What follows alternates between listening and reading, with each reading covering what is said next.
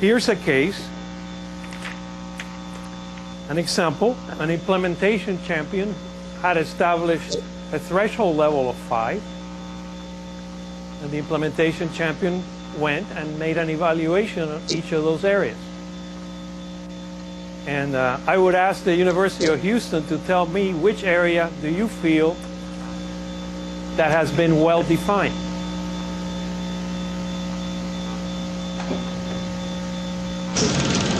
Necessity? Necessity is correct. They are totally implemented along the necessity aspect of the implementation plan. Thank you. Where can we predict some issues there, Virginia Tech?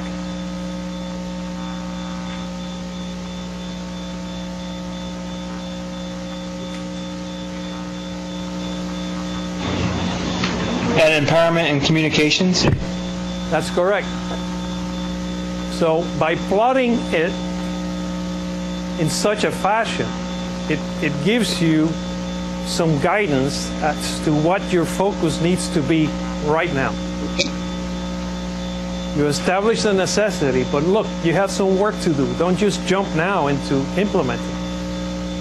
You need to get that real support and empowerment in real terms. You need budget, you need schedule, you need people's attention.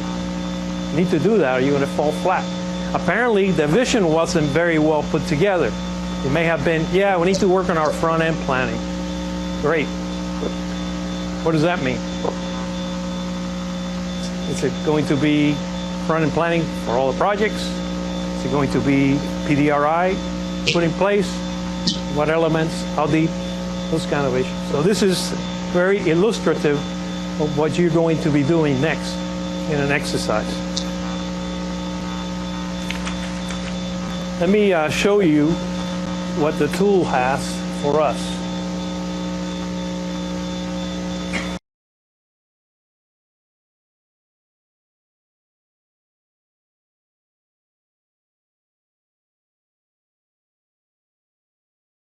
That was a hydro treater in Detroit that was developed modular because of concerns about the availability of labor, of skilled labor in Detroit to support this project. So they did an initial analysis and said,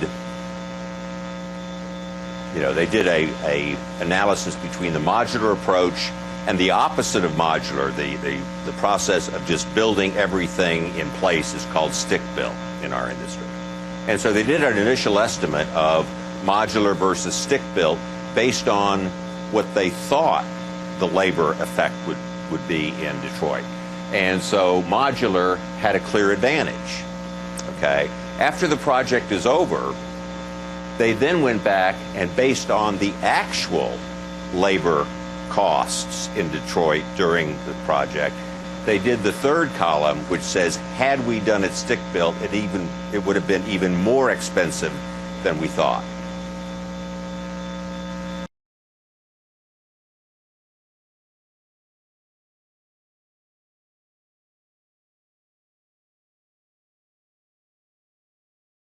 Our objectives today are to understand the purpose of risk allocation. There are some basic hot button issues that you will run across in your day-to-day activities as a construction manager, as a project manager, and it's if you have a basic understanding of these risks, it'll give you a better means of allocating those risks.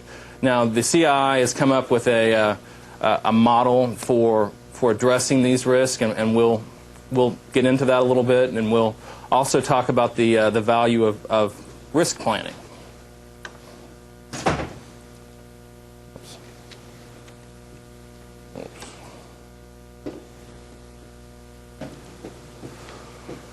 Now, when you guys start a project, the first thing that you'll get into when dealing with risk is the contract. And from your perspective, from a layperson's perspective, a contract is just an exchange of promises. The contractor agrees to do certain activities, the owner agrees to pay them, and it's how when you get into a contract, a contract negotiation, you'll want to allocate the risk. You want to know what you're getting into before you actually put your name on the dotted line.